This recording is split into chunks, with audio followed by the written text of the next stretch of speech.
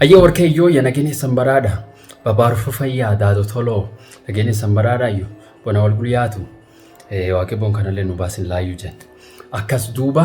maanti jirseetan dhiyoo siyaasaa nammaattee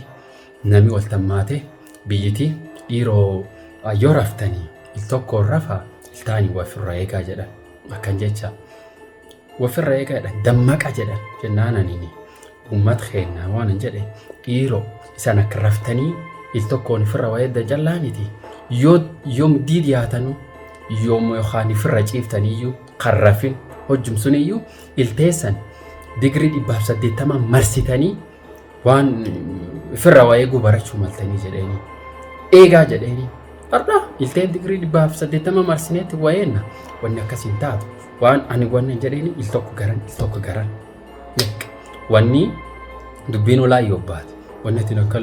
kan mata micciiraa oolanyu il tokkoon garan ifirraa ittilachuu marrota akkatti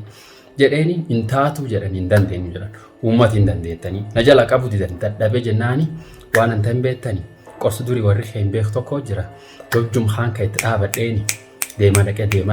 dhaqee qorsi haaniin bahee qotaa dhaqee achi amma warra galeeni ni tumee midhaasee waan bara waan itti daranillee cufitti daree midhaasee ni qorsaan midhaasee laayi midhaasee uummata qorsaan hin dibattanii beesellee sanii tokkochi qubaalleen gurguradhu tolaan irra guurrattanii jedheen dansaafii jedha ujumkaan qorsi kaan kana yaa midhaasee uummata nu garsiisee jedhan akka itti qarqaaramanii jedhe dukkisee akkan cobsee cobi xiqqayyaan suniyyuu hin ga'a sanii galtiini cobi xiqqayyaan suniyyuu hin ga'a amma gartanii cobi xiqqayyaan akkan jettee gaarilaa akkan jettee ijjala kun ijjala akkan jette nagaa hankeetiin yaa taate ifirra ciifte daqiiqa tokkollee hin geettu.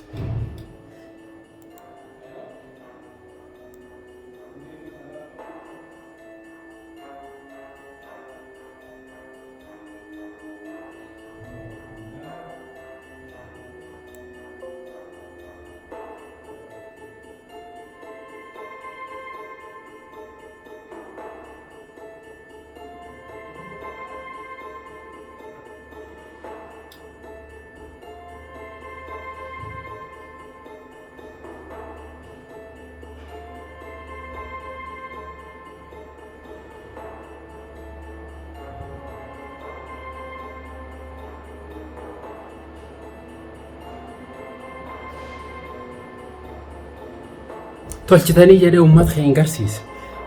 biyyattillee na jala qabdee akkasiin akka adoftisuu jiraan jedhan haysanii galteeni akkas